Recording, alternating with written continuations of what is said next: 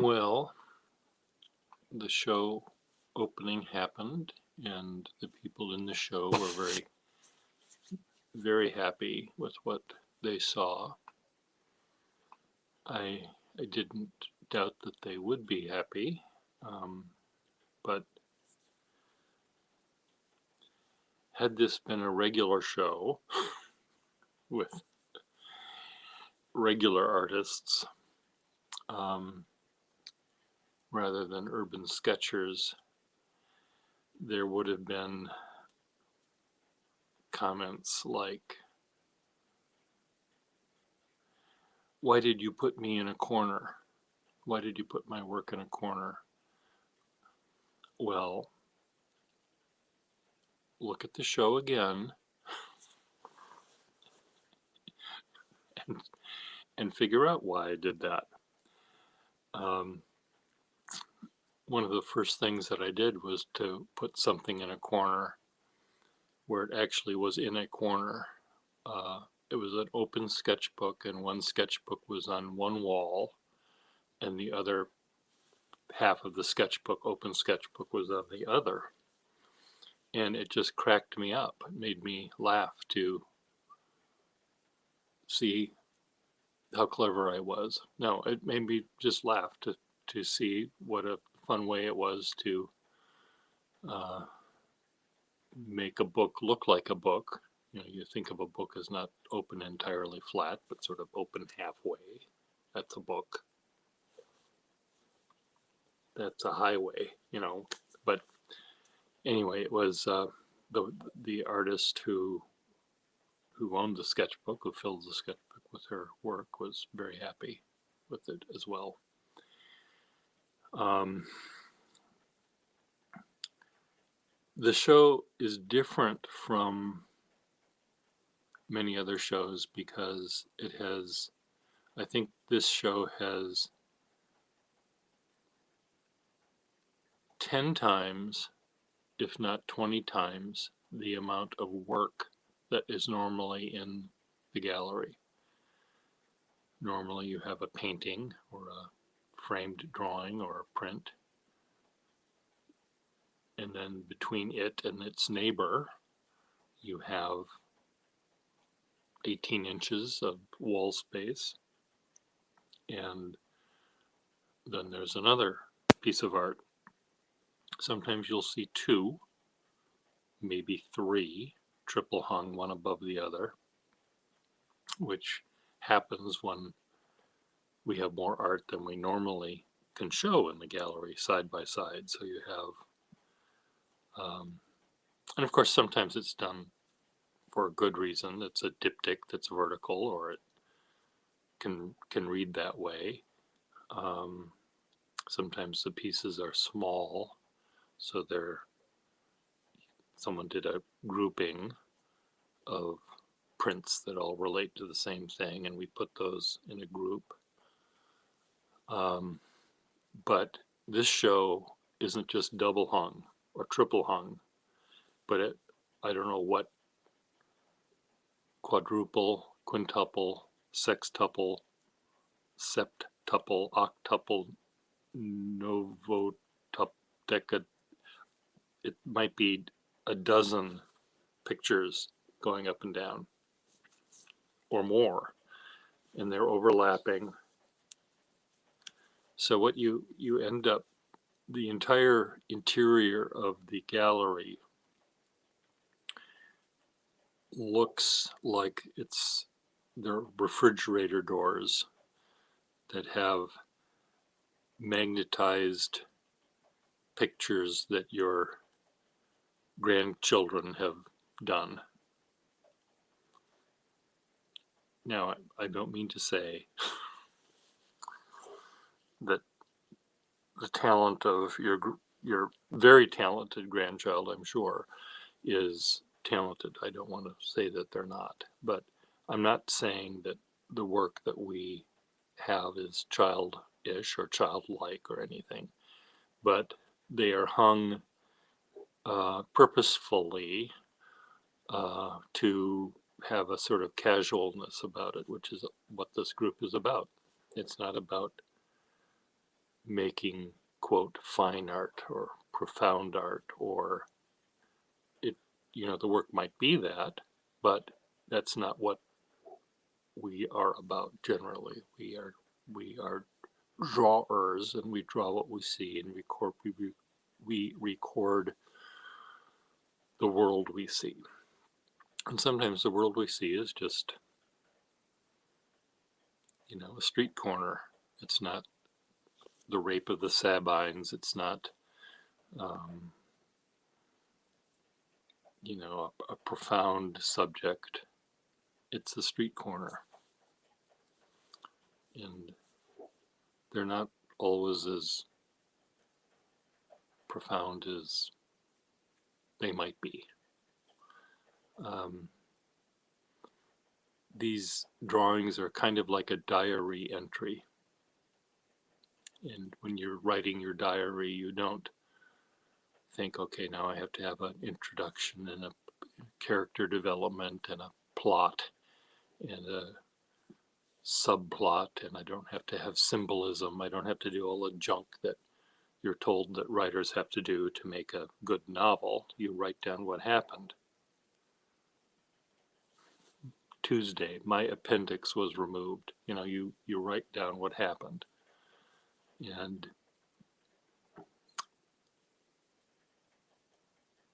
I make it sound like I'm belittling the work that we do. You said something funny. Uh, Beavis and Butthead routine. What we do is record the world around us, and we're sort of, in a way, we're kind of like newscasters. We report the facts as we see them, and we allow the viewer to look at the facts as we saw them and enjoy it or not. It's and being that we're artists, we want to make, quote, a pretty picture, unquote. So we aim our eyeballs at the pretty scene or the interesting scene, and we draw it as well as we can, or in a manner that makes sense. Anyway, when we're done and I have all of these pictures, I arranged them in a way that sort of had a casualness to them that I thought was fitting of the group. The group's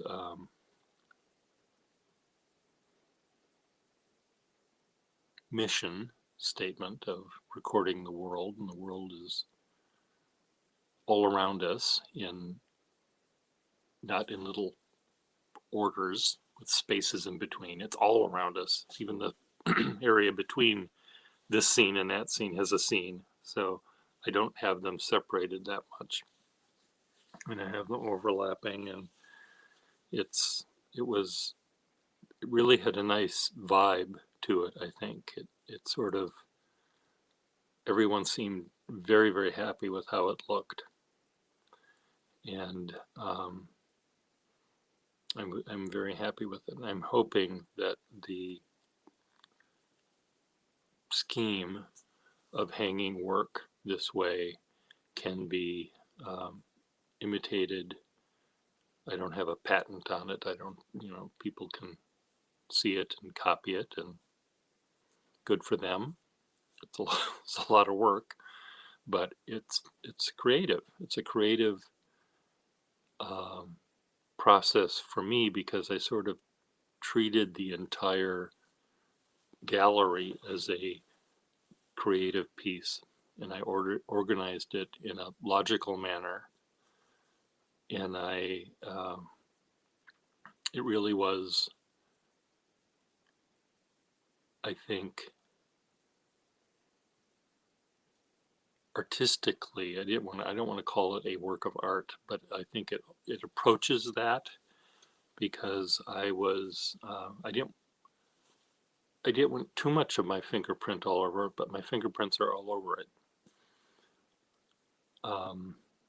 I chose what piece was going to go next to what piece because it made me smile.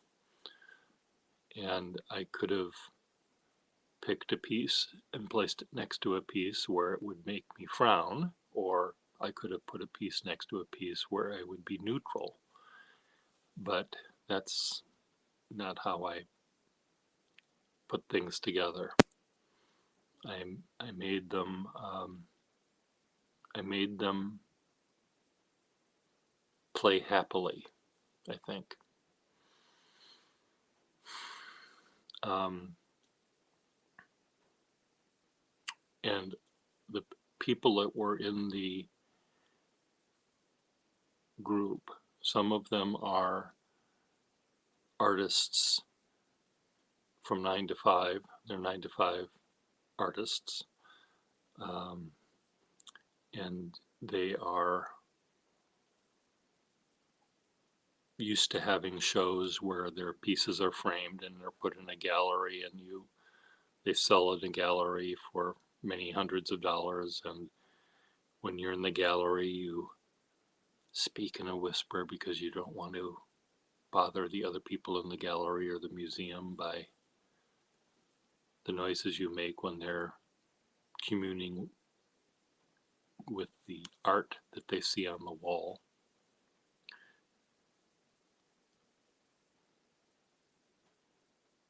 But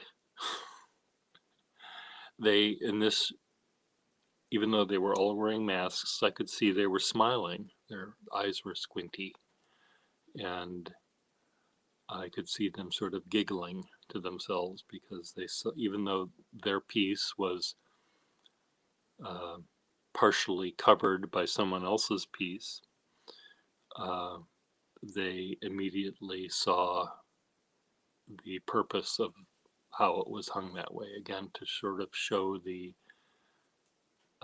casualness and the carefreeness and the fun that we have on these meetups.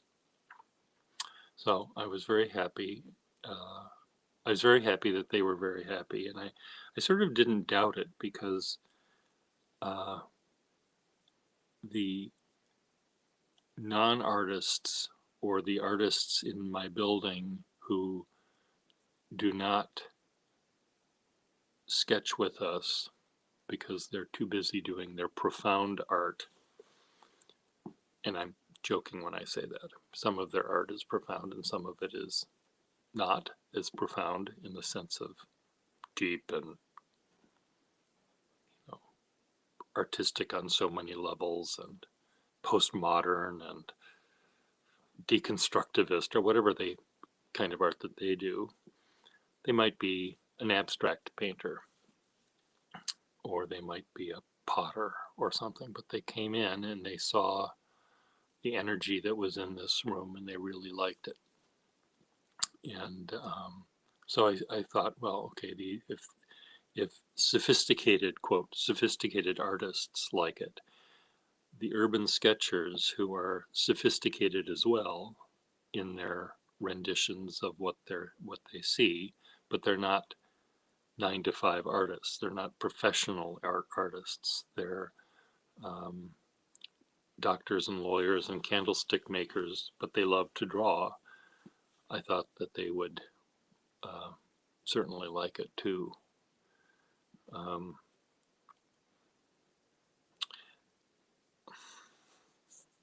I don't know what urban sketching is. An interesting uh, thing that people do. Um, I think I don't want to compare it to a hobby in the sense of stamp collecting or uh,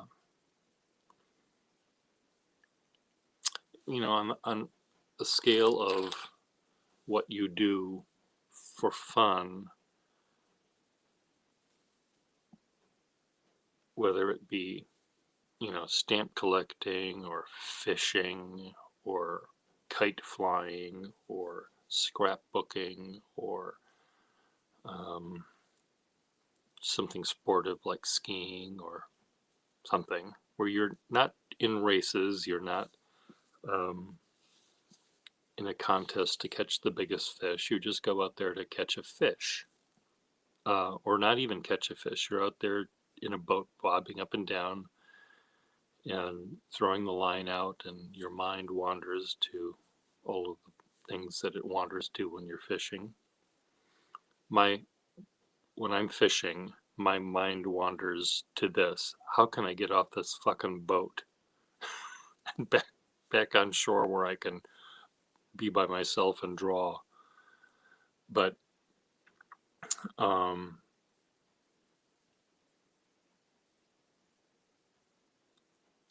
suddenly lost my train of thought. The people that come out to draw, and we're drawing together in a location, the location is chosen for us, not entirely at random, but it's chosen for us by the administrators. And we're at a place where we haven't been before, and we look around and we're seeing new things, and we just want to push a pencil around or a pen or a brush and try to capture its essence to some degree or another. And it's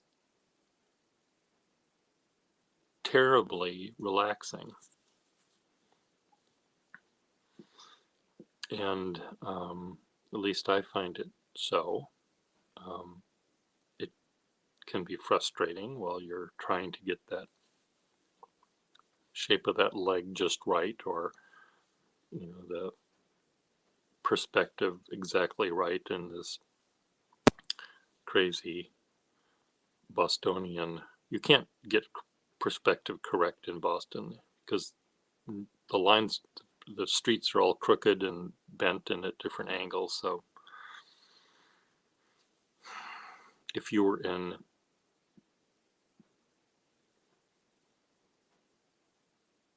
pure South Dakota, where everything is township and range and on a grid, and you didn't know how to work perspective, people might say, "Oh, that's Boston," because that's what it looks like.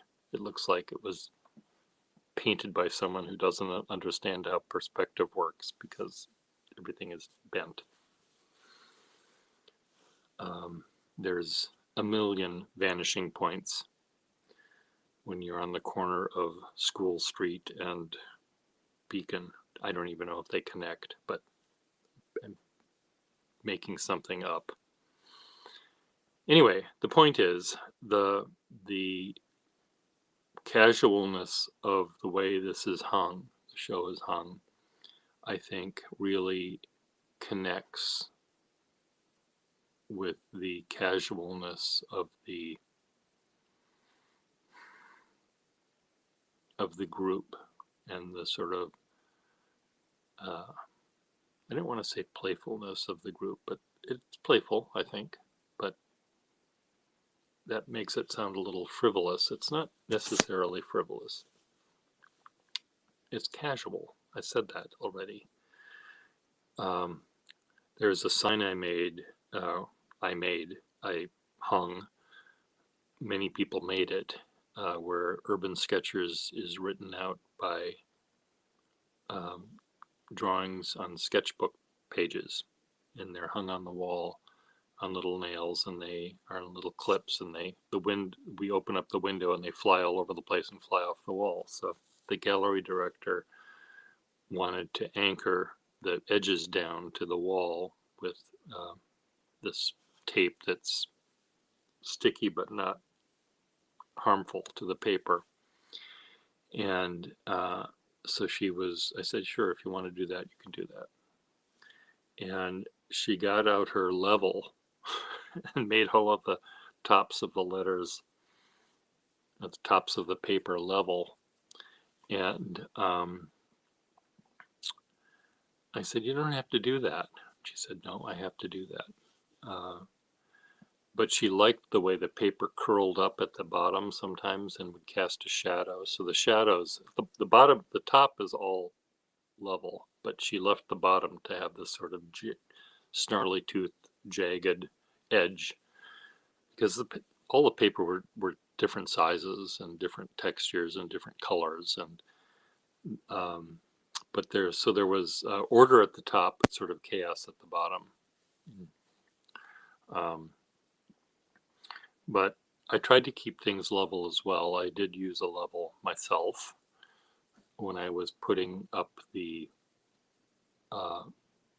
I have the pictures placed on an irregularly shaped blue background, which sort of gave me an anchor to put, 2 or 3 pictures on.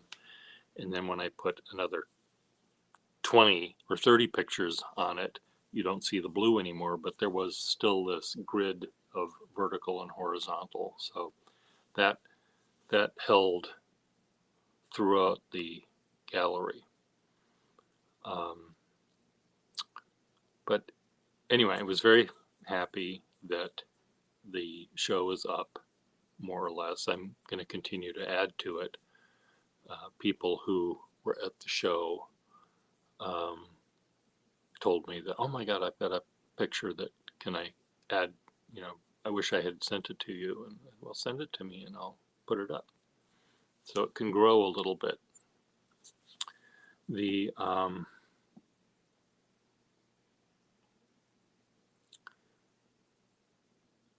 one of the things that I did that I didn't want to do, but I had to do in some cases, was rather than hanging the original piece, because some of them were in sketchbooks, and if a sketchbook has 5 drawings in it, if you do 1 per page and you hang it on the wall, or I don't know how you can show more than 2 drawings when it's in, even if it's in a case, you aren't supposed to turn the pages and touch. So some people didn't want to tear out pages from their sketchbook. Other people didn't care. They said, take whatever you want. You can tear them out, nail them to the wall if you want. That's fine. Other people, no, I can't let this sketchbook out of my sight. So I said, well, you don't have to. Take a good picture of it and I'll print it out. I have a good printer and I have nice paper. So they emailed me a good picture of their piece, and the ones that were too pixelated I didn't use, but the ones that were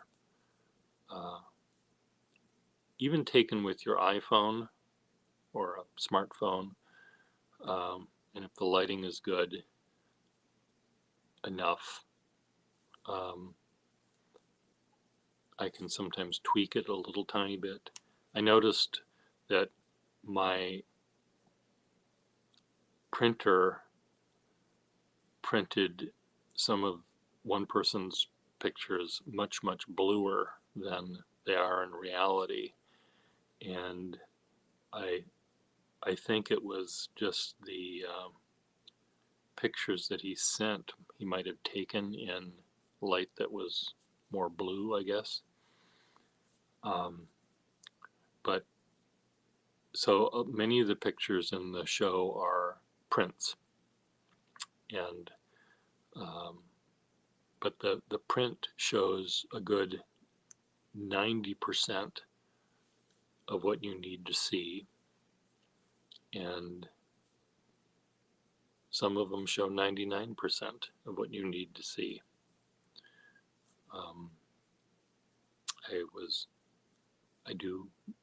I must say I was clever. In some cases I tore out a piece of sketchbook from a spiral bound sketchbook, cut it down to the size of the drawing, printed it so that the little sprockets are at the top of the page. So it looks like it was an original drawing torn out of a sketchbook. I did ask the artist, I said, do you mind if I leave these here? And he said, that's fine. He got the reason for doing it. And again, it helped make the drawings look real. But because of COVID and because of the fact that some of these things were in sketchbooks, I did not receive as many pieces, real artwork in front of me for the show.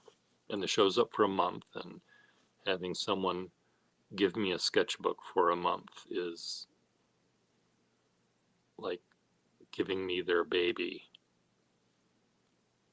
So they can't let it be out of their sight for very long. So anyway, it's really a fun show, and if any of you have the ability to see it here in Boston, it's up for a month. I'm going to be making a few more videos of it here on my YouTube channel, just because I think it's a plan, the way it's hung. I think it could be used by other urban sketcher groups for their, if they want to have a show in a real physical storefront somewhere or gallery. I think it's a good way to include 500 drawings in a small space.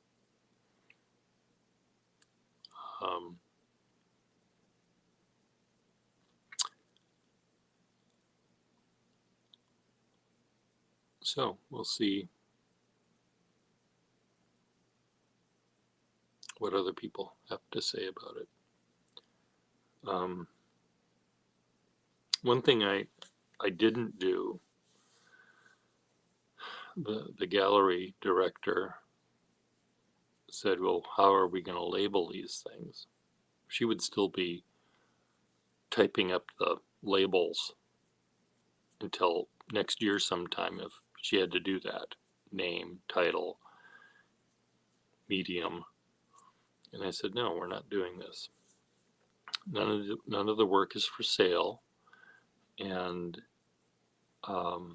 what I'm going to do, I'm arranging the pieces. I arranged the pieces by venue. So essentially, every drawing that is in this group was done in the Boston Public Garden or Boston Common. So that's all you need to know. I don't have to say Swan Bridge. People from Boston know that that's what it is, and the artists that were drawing it did a recognizable enough job on depicting the Swan Bridge, so we don't have to say Pablo Picasso, Swan Bridge. We don't have to say Marcel Duchamp, Weeping Willow in the Public Garden. We don't have to do that. We can just show it. And I took photographs of the completed collage, we'll call it, and I graded out, and then on top of each image of the drawings, I'm going to put people's initials. And I told that to some of the people in the group, where people can find who did what drawing by just looking at oh, it doesn't make any difference. It's not about that. It's about the group. So I don't even know if I have to do that. So it's very different from a normal show. Who did this? How much does it cost?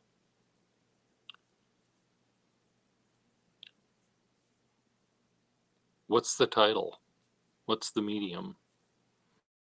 No. Just look at the picture. It's not about who did it.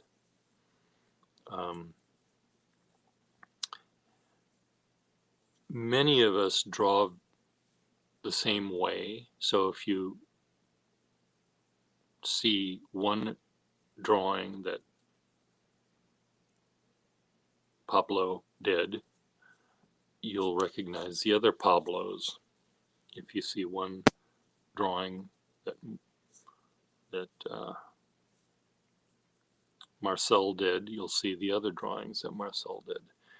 there are maybe 4 or 5 people in the group who draw in many different medium and many different styles.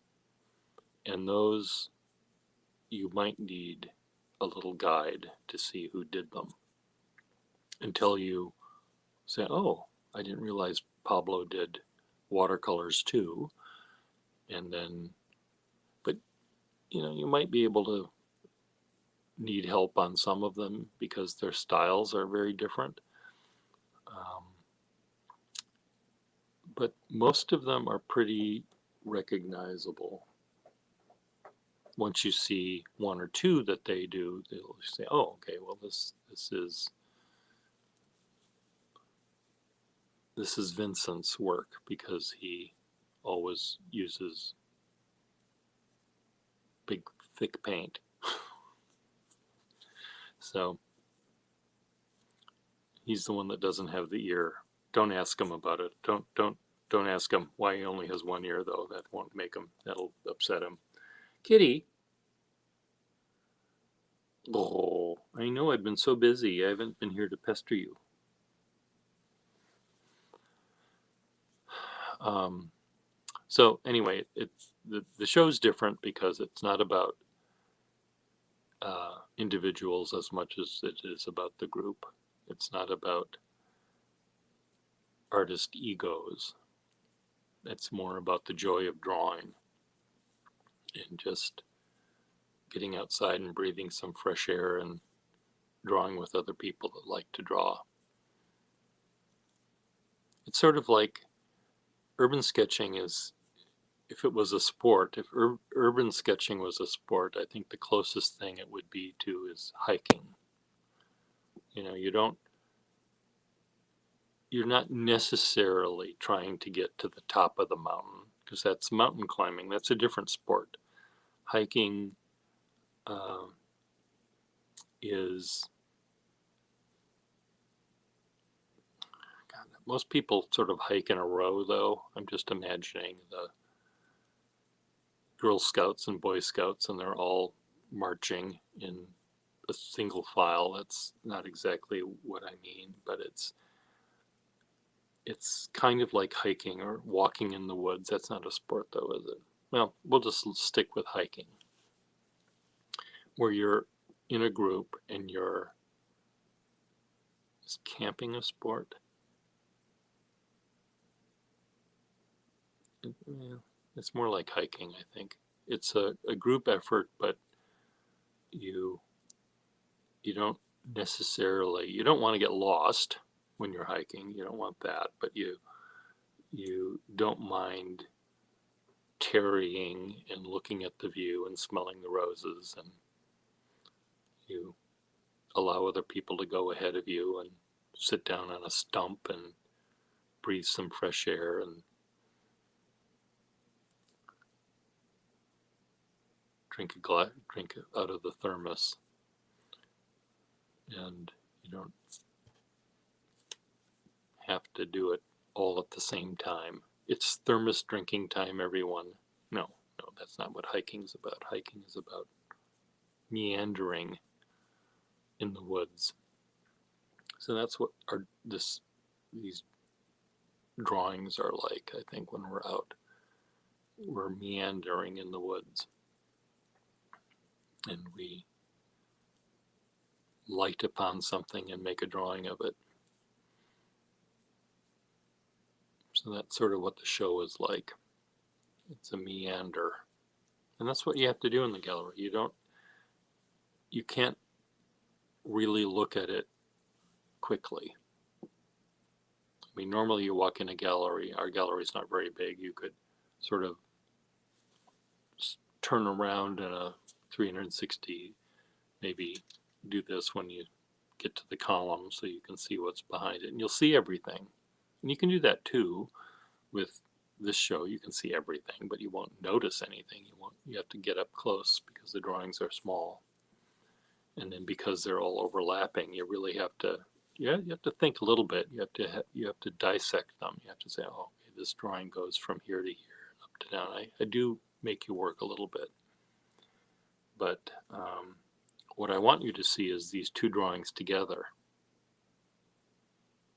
or these two drawings together, or those two drawings together, because the relationship between them is sort of more important than the drawing. Because you see how differently we see that Swan Bridge, or we see that Triceratops skull, or you see that equestrian statue of George Washington. And that's sort of what the fun is, the diversity of viewpoints. You have your ticket to Boston yet? Are you going to come and see? It's up for a month.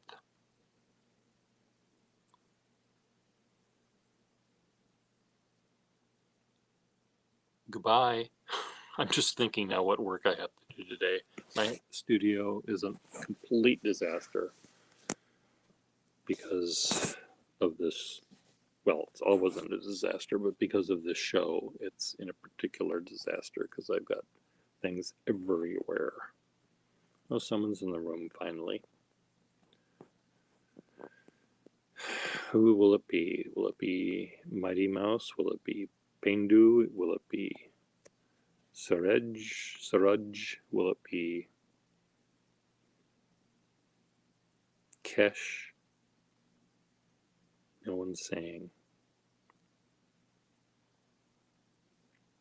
Schiavello? Russell?